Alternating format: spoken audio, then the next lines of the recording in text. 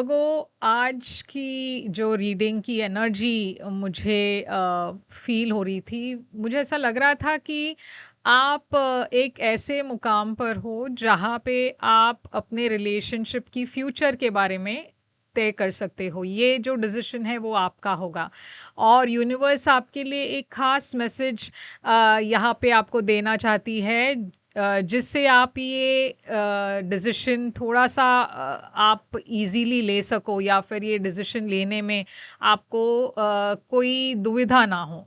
तो ये क्या डिसीजन है, ये क्या उलझन है और ये क्या एडवाइस है आपके लिए, हम अब देखेंगे आपके रीडिंग में। तो वर्गो, चलिए देखते हैं आपके लिए करंट फीलिंग्स रीडिंग में क्या मैसेजेस आ रही है।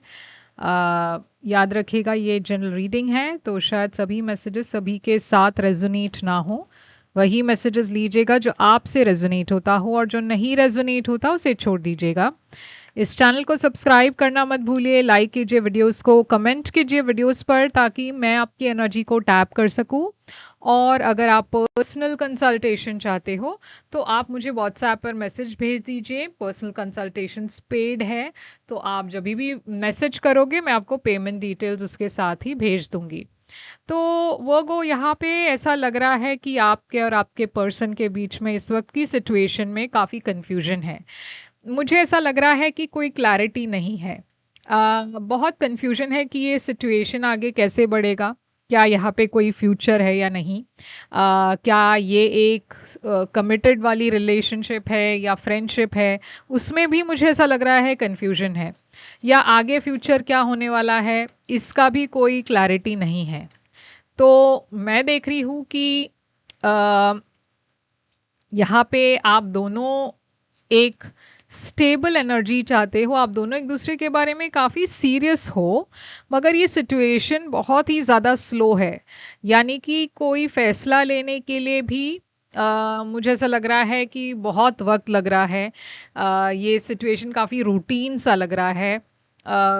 आगे नहीं बढ़ रहा है, ऐसा ऑलमोस्ट लग रहा है कि ये सिचुएशन रुक गया है, थम गया है, आगे कुछ प्रोग्रेस नहीं हो रही है। तो हो सकता है कि आप दोनों अपने करियर में बिजी हो, आप या फिर आप दोनों में से कोई एक पर्सन बहुत बिजी हो अपने करियर को लेकर। तो इस वजह से यहाँ पे चीज़ें बहुत जल्दी आगे नहीं बढ़ रही हो।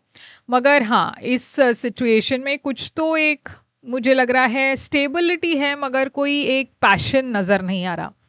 अब यहाँ पे आपकी एनर्जी दिखाई दे रही है, बहुत ही एक ट्रेडिशनल एनर्जी है।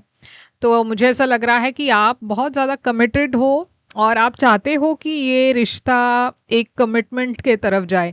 आप इस पर्सन को एक कमिटेड पार्टनर की तरह देखते हो। आपके तरफ से आप इस पर्सन से काफ़ी लॉयल हो, कमिटेड हो और आपकी एक्सपेक्टेशन भी यही है कि आप आगे एक कमिटेड रिलेशनशिप के तरफ जाए और आप आगे बढ़ना चाहते हो। मगर आप में से कुछ लोगों के लिए यहाँ पे एक थर्ड पार्टी हो सकती है, जहाँ पे या तो आप शादीशुदा हो या फिर ये पर्सन शादीशुदा है। और या ये इस वजह से मैं देख रही हूँ कॉम्प्लिकेटेड लग रहा है। अब ये पर्सन की ओवरऑल एनर्जी में मैं देख रही हूँ ये पर्सन तो काफ़ी कॉन्फिडेंट लग रहे हैं। ऐसा लग रहा है कि कोई फायर साइन है, एरीज लियो सैजिटेरियस। बहुत पैशनेट पर्सन है, पैशन की कमी नहीं है। ये पर्सन बहुत फ्रेंडली है। मैं ये भी देख रही हूँ कि हो सकता है ये पर्सन के लाइफ में भी कोई और हो।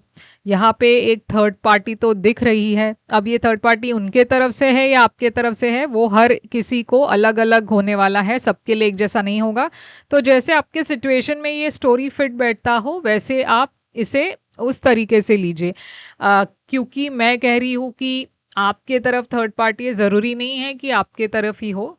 आप में से बहुत सारे लोग वर्गोज हैं दुनिया में और शायद कुछ लोगों के लिए वो शादीशुदा मतलब वर्गो शादीशुदा है, कुछ लोगों के लिए वर्गो के पार्टनर शादीशुदा है। तो जैसे आपके सिचुएशन में वो फिट बैठता हो आप वैसे मैसेज को लीजिएगा। मैं जनरल मैसेज ही दे रही हूँ। तो मुझे ऐसा लग रहा है इस वक्त आप दोनों के बीच में एक सेपरेशन तो नहीं कहूँगी, मगर जैसे मैंने कहा रुकावटें हैं। और इस पर्सन की एनर्जी में एक हीलिंग एनर्जी नज़र आ रही है। तो हो सकता है आप दोनों पहले जैसे मिल नहीं रहे हो, बातचीत नहीं हो रही है। अब यहाँ पे पास्ट में क्या हुआ था आप दोनों के बीच में,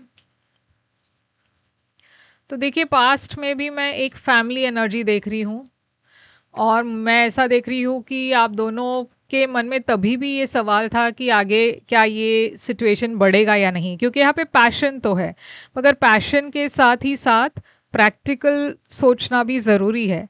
तो आप दोनों उसी चक्कर में बहुत कंफ्यूज थे कि क्या इसमें कोई फ्यूचर है या नहीं, क्योंकि आप एक थर्ड पार्टी है। अब यहाँ पे आपकी फीलिंग्स इस पर्सन के लिए क्या है? आपको तो इस सिचुएशन में सक्सेस चाहिए, आप आगे बढ़ना चाहते हो, आप चाहते हो ये पर्सन पब्लिकली आपको डिक्लेयर करे कि आप दोनों एक साथ हो, मतलब आप वो पब्लिक रिकग्निशन चाहते हो इस रिश्ते में।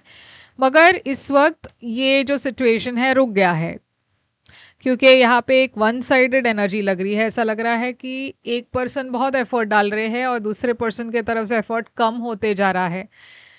ये पर्सन की फीलिंग्स आपके लिए है स्ट्रेंथ की। तो देखिए ये पर्सन हिम्मत करके आगे बढ़ना चाहते हैं आपके तरफ, एक फैसला लेना चाहते हैं। वो बहुत चैलेंजेस फेस कर रहे हैं इस वक्त, उनको पता है कि इस सिचुएशन में भी काफ़ी ब्लॉक्स है, मगर देखिए आगे बढ़ने की हिम्मत नहीं हो रही, या फिर वो बहुत ब्लॉक्स फील कर रहे हैं और इस वजह से जैसे मैंने कहा रुकावटें हैं। ओके, तो यहाँ पे और आप में से कुछ लोगों के लिए इस पर्सन ने ही आपको ब्लॉक कर दिया है।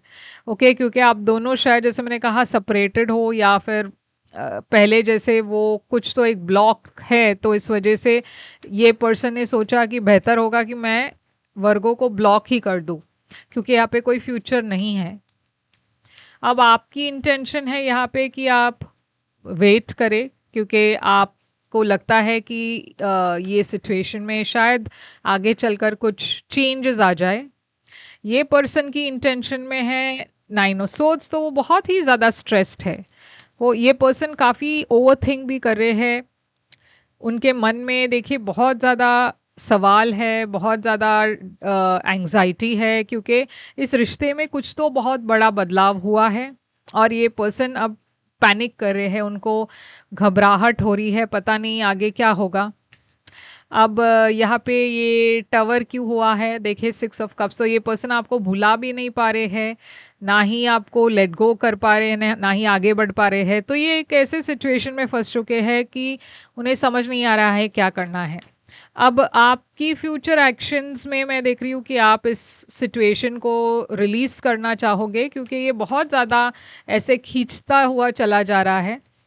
अगर आपके तरफ कोई थर्ड पार्टी है, यानी कि अगर आपकी शादी हो चुकी है या आप किसी और के साथ हो, तो अब आप एक फ़ैसला लेना चाहते हो कि इस रिश्ते में मुझे किसे चुनना है, क्योंकि आप ऐसे कंटिन्यू नहीं कर पा रहे हो।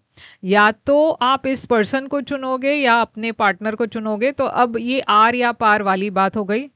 तो आप चाहते हो कि अब ये डिसीजन लिया जाए, और या फिर आप चाहते हो कि ये पर्सन वो डिसीजन ले। अगर ये पर्सन के तरफ, इस पर्सन के तरफ एक थर्ड पार्टी है, तो आप चाहते हो कि ये पर्सन एक डिसीजन ले कि अब उन्हें आगे क्या करना है। तो देखिए ये पर्सन की एक्शंस में मैं देख रही हूँ पैशन है, एक सेपरेशन के बाद ये वापस आपके तरफ आ रहे हैं बहुत पैशन के साथ, मगर ये बहुत ही अनस्टेबल एनर्जी है।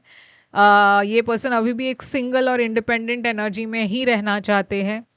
उनके तरफ से आपके लिए पैशन तो है, मगर कहीं ना कहीं वो, अगर ये पर्सन एक थर्ड पार्टी में है तो ये अपने पर्सन को नहीं छोड़ पा रहे। ओके, मगर अगर आप थर्ड पार्टी में हो तो मुझे लग रहा है आप अपने पर्सन को छोड़ पा रहे हो, मगर ये पर्सन वो चॉइस नहीं कर पा रहे। तो आउटकम यहाँ पे क्या है इस सिचुएशन में? आउटकम है सिक्स ऑफ सोर्ड्स। तो आउटकम है, मैं देख रही हूँ कि ये सिचुएशन में एक डिसीजन लिया जाएगा, मगर फिलहाल आप दोनों वेट कर रहे हो सही वक्त का, या फिर एक डिसीजन लेने के लिए वेट कर रहे हो। मुझे ऐसा लग रहा है कि यहाँ पे जो भी होगा एकदम फेयर और बैलेंस तरीके से होगा। कार्मिक जस्टिस है यहाँ। यूनिवर्स भी कह रही है कि आप जो भी डिसीजन लो बहुत सोच समझ कर लीजिएगा, क्योंकि यहाँ पे आपके अलावा दूसरे लोग भी इन्वॉल्व है, तो आपको सही करना है खुद के लिए भी और दूसरों के लिए भी। ओके यहाँ पे मैं एक मैरिज की एनर्जी देख रही हूँ, तो यहाँ पे कोई है जो शादीशुदा है, बच्चे हैं, तो सबके बारे में सोचना है। ये कोई एक दो लोगों के बीच की बात नहीं है। जब हम एक थर्ड पार्टी में फैसला लेते हैं तो कई परिवार उसमें इन्वॉल्व होते हैं। ओके तो ये आपको ध्यान में रखकर सही डिसीजन लेना है। अब ये डिसीजन क्या होगा ये आपके ऊपर है, क्योंकि यूनिवर्स कभी भी आपको ये नहीं कहेगा कि आपको यही करना है। अगर ऐसा होता तो लाइफ बहुत सिंपल हो जाती सबके लिए, कि टैरो ही बता दे कि आप मुझे आगे क्या करना है। नहीं, ये आपकी कर्म है, आपकी डिसीजन है, आपको ही लेना होगा। यूनिवर्स आपको गाइडेंस दे रही है कि आप सही डिसीजन ले, आप वो करें जो सही हो, जो जहाँ पे कर्मा, क्योंकि देखिए कर्मा आपको उस तरीके से इफेक्ट करने वाली है। अगर आप सही करोगे तो आपको सही कर्मा मिलेगा, आप गलत करोगे तो यूनिवर्स उस हिसाब से आपको उसकी आउटकम देगी। तो सोच समझ कर डिसीजन लीजिएगा, क्योंकि जैसे मैंने कहा ये सिर्फ आपकी बात नहीं है या फिर इस पर्सन की बात नहीं है, बहुत सारे लोग यहाँ पे इन्वॉल्व है, तो ये डिसीजन इजी नहीं होने वाला। तो यहाँ पे मैंने पिक किया है कैप्रिकॉन की एनर्जी, तो हो सकता है आपके पर्सन कैप्रिकॉन हो। यहाँ पे आया है एक्वेरियस की एनर्जी, तो आपके पर्सन एक्वेरियस हो सकते हैं। यहाँ पे आया है जेमिनाई की एनर्जी, और यहाँ आया है सैजिटेरियस की एनर्जी।